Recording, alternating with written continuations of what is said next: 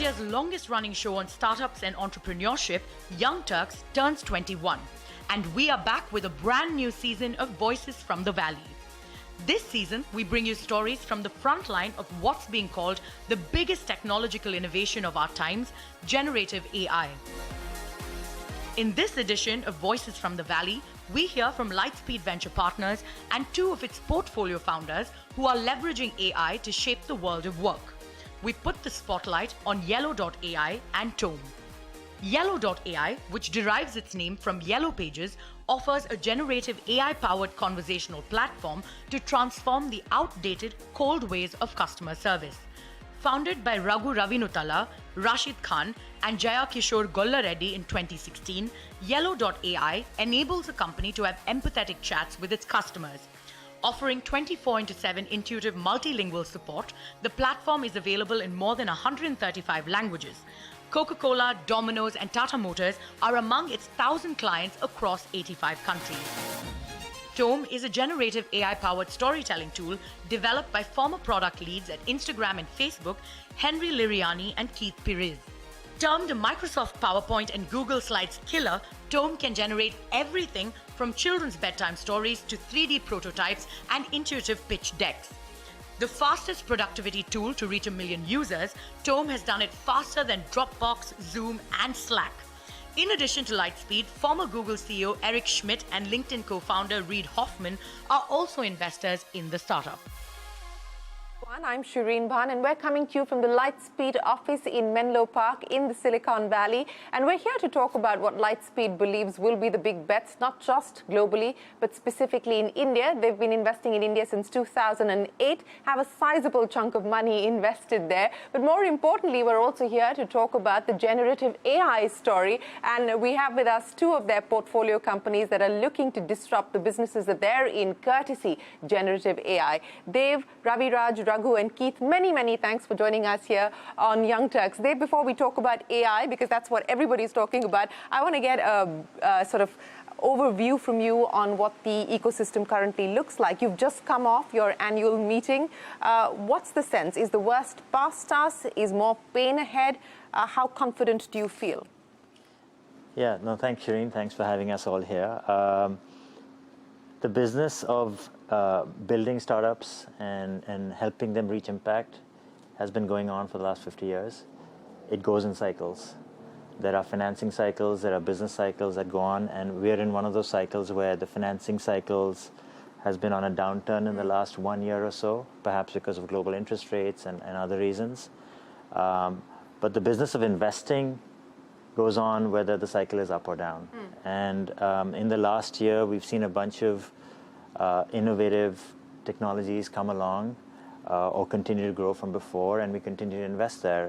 Both Tome and Yellow.ai are examples of companies that are innovating, and we continue to see more. So whether it's seed or Series A investing, whether it's growth stage investing, whether it's in our 6 geographies across the world, the US, Israel, Europe, Southeast Asia, India, and China, all of them we continue to invest, and we continue to see lots of exciting things. So yes, there was a downturn in the financing cycle in the last year, but yes, our investing pace still continues. So to answer your question directly, lots of green shoots out there, AI being one of them. But there's areas in biotech, there's areas in climate tech, there's areas in infrastructure software, in application software, and so on, that are all seeing interesting churn and ferment. And that's where we play. Well, you know, as they've said, within the churn and the ferment is also the interesting opportunities that investors like you are looking at. Raviraj, you know, he talked about the 6 geographies, and in specific, what are you seeing with respect to the US market? Because what we are seeing, at least in terms of headlines at this point in time, don't suggest or don't give you a sense of great confidence or optimism. What's the US market looking like? And more specifically, we have seen a significant slowdown as far as funding is concerned. I mean, Q1 is an example of that, down almost 50%. Do you anticipate a pickup now? Yeah, so I think I want to just restate what Dave said. Innovation doesn't wait for market cycles, right? If anything, candidly, in the last 6 months, I've seen even higher quality of talent raising early stage funding.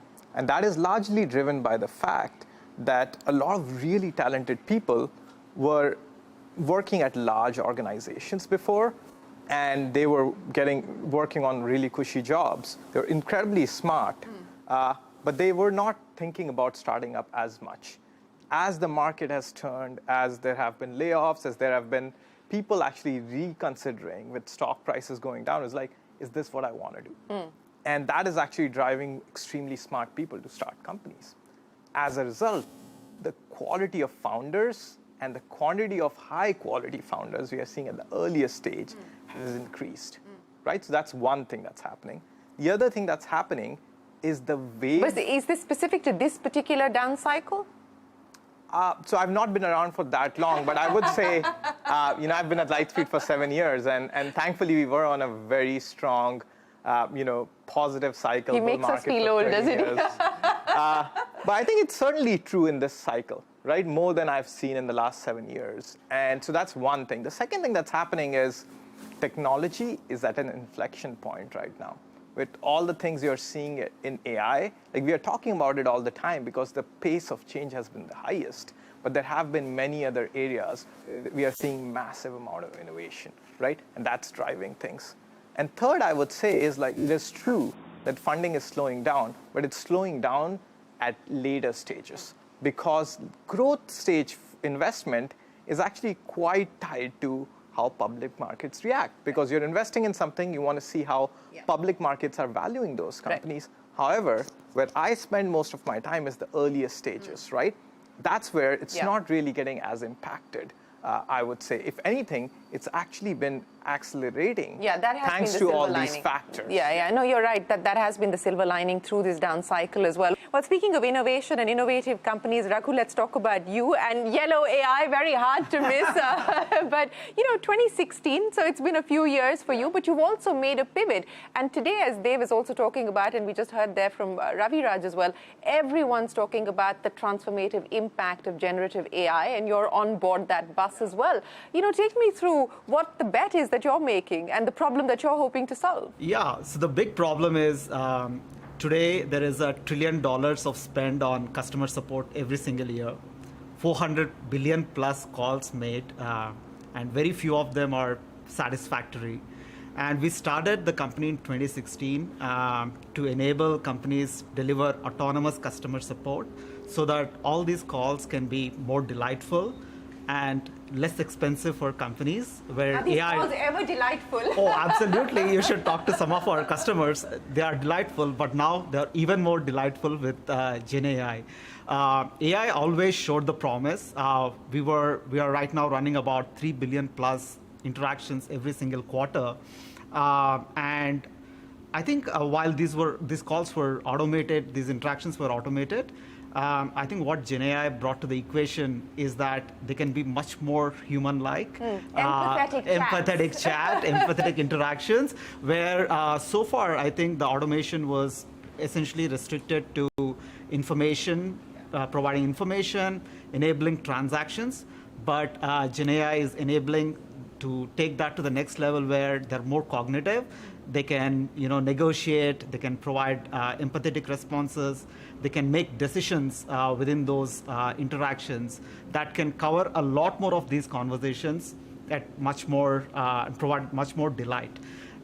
So what we are betting in the next 5 years, we believe that while AI has automated 20 to 30% of interactions, enterprise workflows, we believe the future is agentless. Right? There are millions of contact center agents that are, answering calls, even with automation out there. We believe that over the next 5 to 8 years, the customer support will be almost agentless, and all these jobs will be replaced by more like AI operators. So instead of these agents and workforce answering customer calls, they'll be actually fine-tuning the AI system that is answering, providing data, training them rather than answering calls, right? So they'll just be repurposed.